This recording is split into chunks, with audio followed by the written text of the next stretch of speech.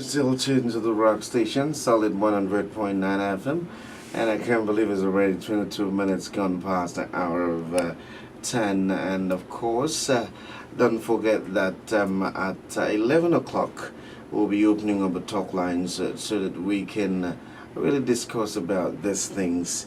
And don't forget that you can do more than just listening to me. You can listen, but then you can also watch what I'm doing right now. Of course, you can check it out on YouTube. Simply search out Vital Issues Live. You can watch it on our YouTube account. Well, that's if you are the audio-visual type, you can check it out. And of course, we'll also connect it to the same Facebook account, so that you can get a link to maybe download some of them.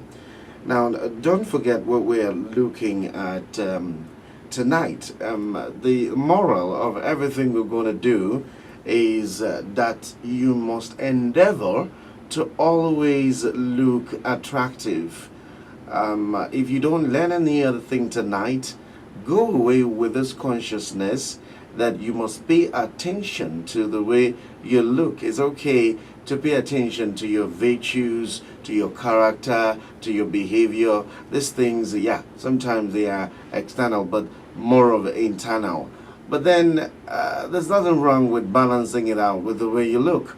And maybe tonight I'm going to look at some of the reasons why you really need to pay attention to the way you look. A lot of people underestimate the importance of looking good and attractive. While we were growing up, I remember this cliche that looking good is good business. And sometimes we play down on that, but you can never joke with that. Sometimes there's no emphasis because it is external. People feel that, it doesn't really matter. What matters is who I really am. I'm not. And you see people who will say, I'm not trying to prove anything to anybody. And so they just dress shabbily when they are supposed to be serious. Of course, we have beach wears. There are times when you don't need to dress heavily. But then there are times when you must. Now, you don't need to dress heavily, but you must dress appropriately all the time. And it's not just about what you wear.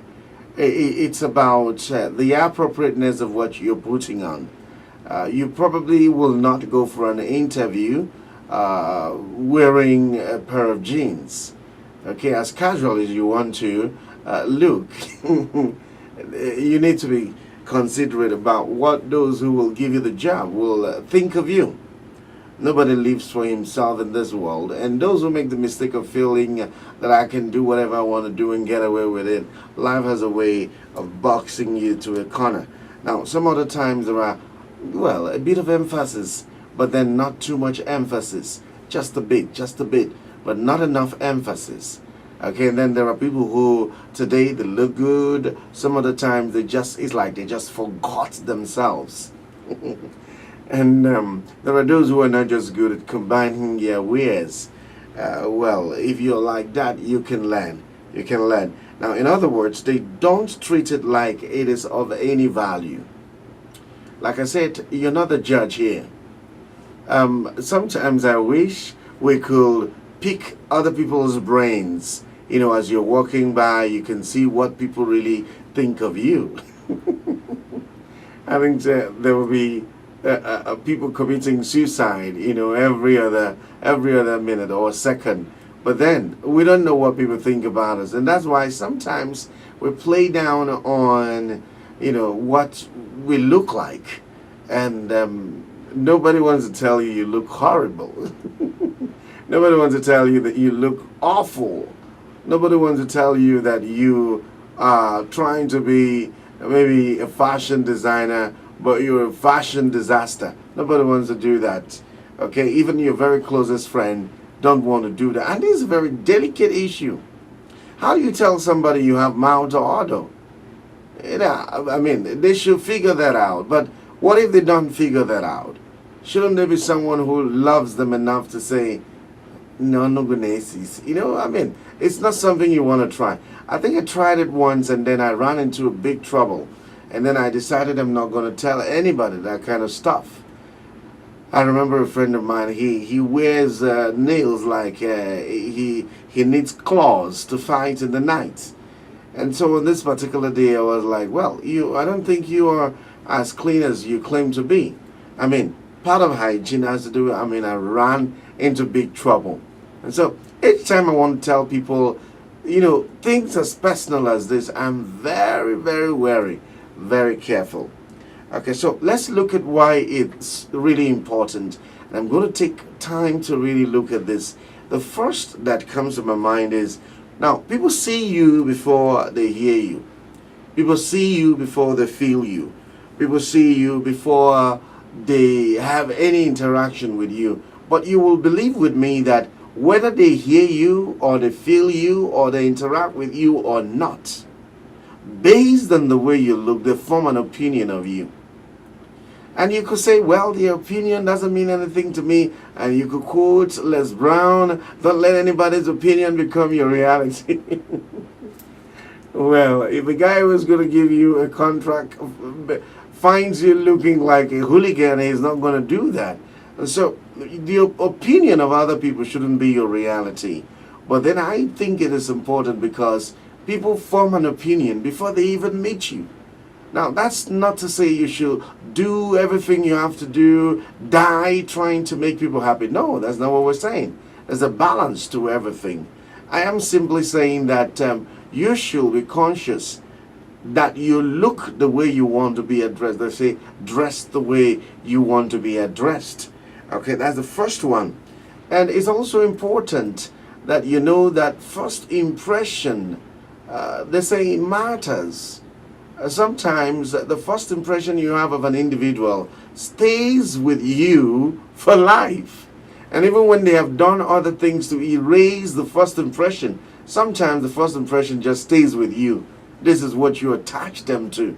Okay, you relate with them on the basis of a first impression that you had about them. And sometimes they don't even get a second option or second chance to prove the first impression wrong. Okay, so it sticks and decides whether, you come close or not.